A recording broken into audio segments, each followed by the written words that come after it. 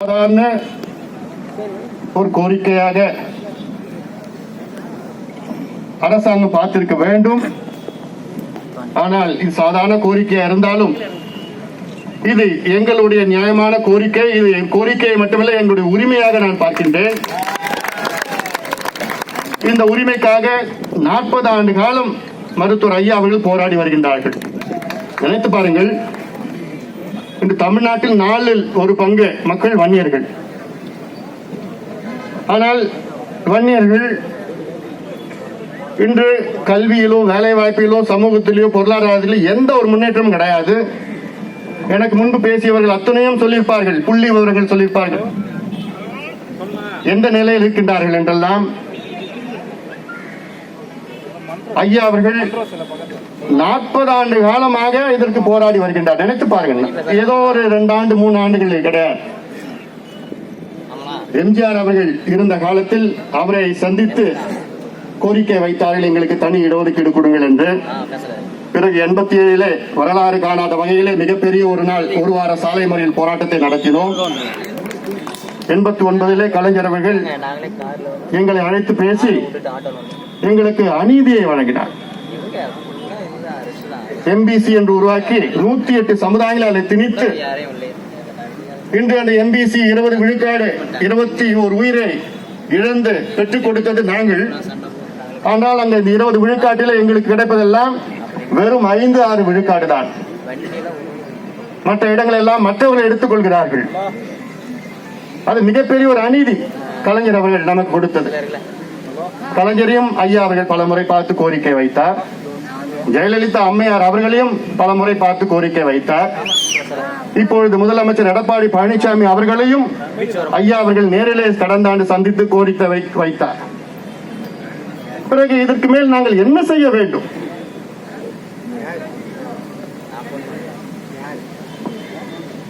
ஆளும் கட்சியுடன் கூட்டணி வைக்கின்ற நேரத்திலே 10 கோரிக்கைகள் வைத்தோம். அதில் ஒன்று வன்னியர்களுக்கு தனி இடஒதுக்கீடு.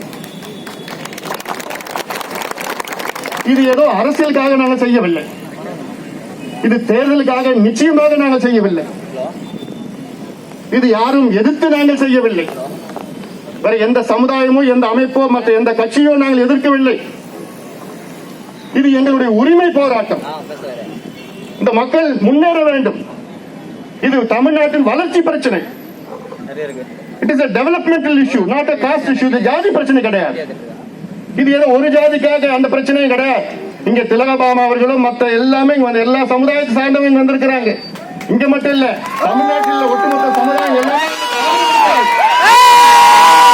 இருந்தாலும் சரி, யாதவர் இருந்தாலும் சரி, தேவர் சமுதாயம் இருந்தாலும் சரி, கவுண்டர் சமூகம், எல்லா சமுதாயமும் இதுக்கு ஆதரவு கொடுக்கிறாங்க, கடிதம் கொடுத்திருக்கிறாங்க. அதனால இது ஜாதி பிரச்சனையா அரசாங்கமும் சரி மக்களும் பார்க்க கூட. இது வளர்ச்சி பிரச்சனை. என்ன வளர்ச்சி? தமிழ்நாட்டில் 1/4 மக்கள் குடிசையிலையும் கோமனம் கட்டி கொண்டு கூழோ கஞ்சோ குடிச்சுக்கிட்டு விவசாயம் பண்ணிட்டு கல்லு உடைச்சுக்கிட்டு ரோட போட்டுக்கிட்டு கட்டிடம் கட்டிக்கிட்டு என்னென்ன கூலி வேலை எல்லாம் இங்க வேலை இல்லாம இங்க ஆந்திரா, கேரளா, கர்நாடகா, மகாராஷ்டிரால போய் வேலை செஞ்சுக்கிட்டு படிப்பறிவு இல்லாம எந்த முன்னேற்றம் இல்லாத 25 விழுக்காடு மக்கள் இருக்கின்றார்கள் என்றால், இந்த மக்களுக்கு தனியாக இடஒதுக்கீடு கொடுத்து வேலையும் கல்வியும் கொடுத்து முன்னேற்றுவது அரசாங்கத்துடைய கடமை. அப்போதுதான் தமிழ்நாடு முன்னேறும், தமிழ்நாடு வளர்ச்சி பெறும். சொன்னாங்கல்ல, அதாவது 74 ஆண்டுகள் சுதந்திரமாகி இன்று இந்த ஆண்டுதான் முதல் முறையாக IAS தேர்வில் தமிழ்நாடு கேடர், டைரக்ட் IAS தமிழ்நாடு கேடர்ல முதல் முறையாக ஒரு வன்னியர் இந்த ஆண்டு தான் வந்திருக்கிறாங்க. என்னை பொறுத்த வரைக்கும் ரொம்ப வருத்தமான விஷயம்.